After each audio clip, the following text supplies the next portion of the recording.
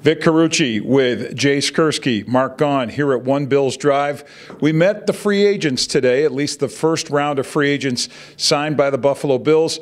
I think the biggest takeaway I get, and maybe it's the same one we got last year, was the idea that they seem like the kind of players you'd fully expect to be part of a team coached by Sean McDermott, right? Yeah, they all even used the word process. A.J. McCarron used it a couple of times, right? So, yeah, I mean, they fit in with, I think, what this team and Sean McDermott, Brandon Beane are trying to build. And, you know, they have put an emphasis on character. I know some people will look at the situation with Trent Murphy, who had served a suspension, and say, how does he fit in on there?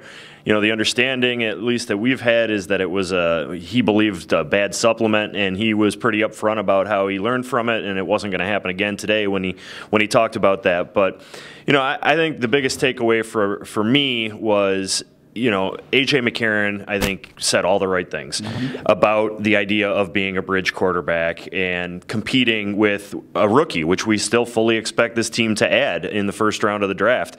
I thought he was really impressive. I thought Trent Murphy's a guy that Bills fans are going to love with his big red beard and his personality and the way that he talked about training and rehabbing and going to this gym in Ohio that nobody's ever heard of to work out there. Old school, hardcore pulling sleds. Yeah, and I think that's just going to appeal to a lot of people here. So, yeah, I think when you looked at the personalities of the guys that they brought in and the very brief glimpses of them that we got, they seem to be guys that, you know, will fit into this locker room well. Yeah, a couple things with Murphy. The fact that he talked about that old school gym where he said he was doing a squat of 475 pounds, and I think it was the first time, you know, coming back from that knee injury. Didn't give a specific timetable on that, but seemed to think that he's on course to be ready to play in September. Back to A.J. McCarron, Mark, just some quick thoughts there. He said the right things. You get the feeling that he's embracing everything about this. I'm sure he doesn't want to see himself as a backup, and he's coming here with the intention to start, but it sounds like he's also realistic that, hey, I'll be new to this whole thing, and so will everybody else, because this is a new offense with Brian Daboll. No question.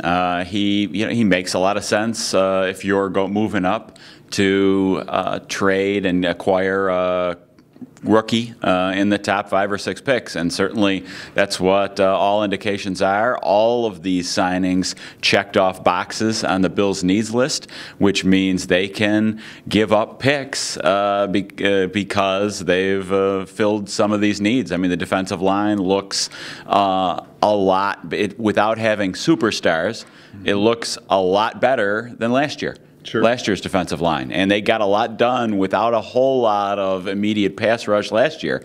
So you got to like what they've done on the defensive line. There weren't many edge rushers. It's a bad year for edge rushers in the draft. Right. It wasn't a good year for edge rushers in free agency, and they got a guy who's a potential 10-sack guy. So without breaking the bank, so you got to like that. McCarron gives them, you know, again, how much did you want to spend when you are acquiring the franchise guy in the draft? Right. So you know, it all adds up to a plan that makes a tremendous amount of sense, which is something we're not used to around here. Right.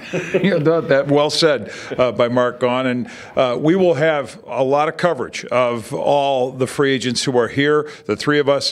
Check out BN Blitz for that. We'll talk with Brandon Beane tomorrow at One Bills Drive as well. So for Jay Skurski, for Mark Gaughan, I'm Vic Carucci. Check back for much, much more on BN Blitz.